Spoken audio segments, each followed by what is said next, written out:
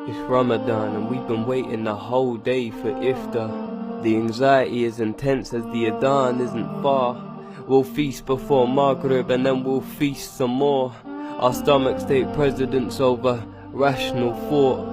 Ramadan, the month that's supposed to teach self-discipline, but we spend the day in vision and breaking fast without discipline. The sunnah is to eat 3 dates or drink some water and pray. Instead we eat a plate full of food and the salah is delayed. What about them? What about who? What about the children that don't get to break their fast at all, as we sit and tuck into a meal that could feed 2, finishing only half the plate before complaining that we're full, and if we aren't full we want dessert too. We get to overindulge while they seek grass underneath the rubble and glass. There's no food to eat. Our little sister searches for bread at her feet. Black and the dirty, not appropriate to eat, but she's desperate, she'll pick up whatever she finds on the street. We spend the day worried that we may falter, mouths dry, desperate for a drink of water. So when the time comes to break fast, there's not a moment of hesitation as the glass reaches its destination. Thirsty, no more.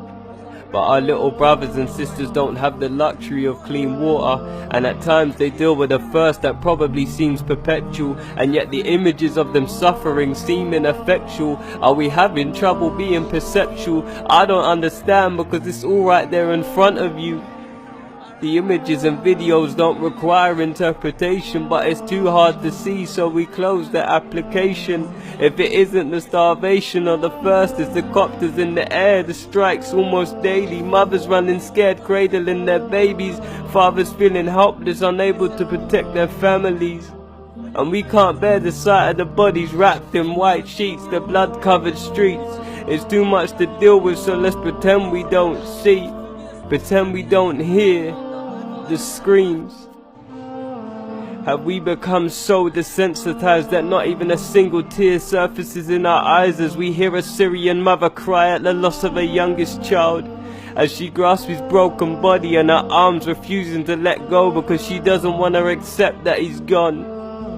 Or the father that stands over his daughter, tears in his eyes as he kisses her forehead, another beautiful child martyred. But we've seen it all before, so it's easier to turn away. It's on our Facebook newsfeed every day.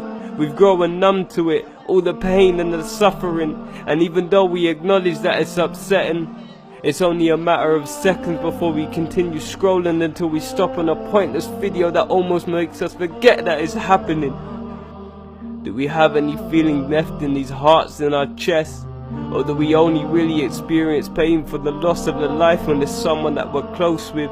The Prophet ﷺ said that Ummah is one body, so we should feel pain at the sight of all the bodies, the destroyed homes, the hospitals and the casualties. Assalamu alaikum warahmatullahi wabarakatuh.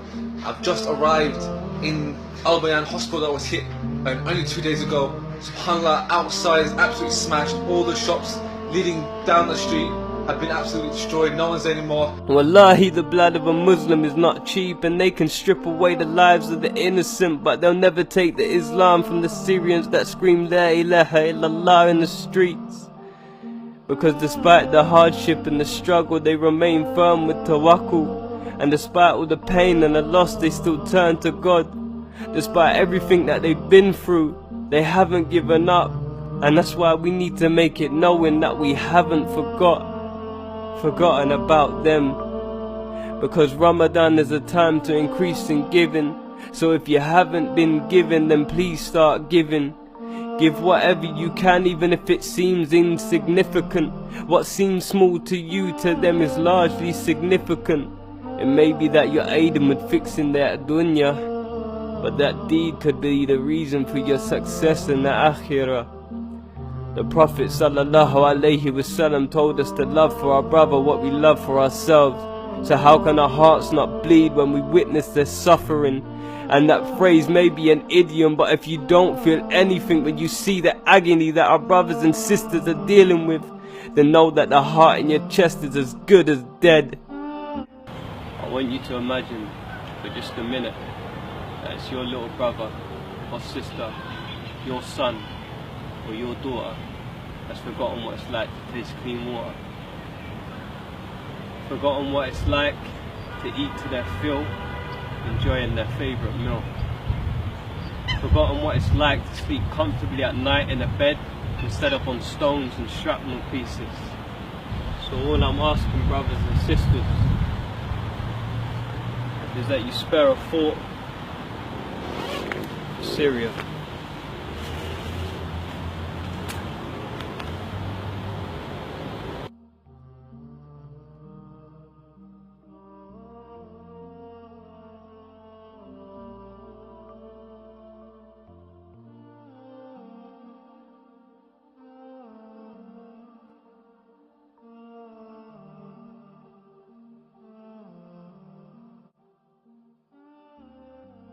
You're not alone, Syria. You're not alone. Just keep holding on.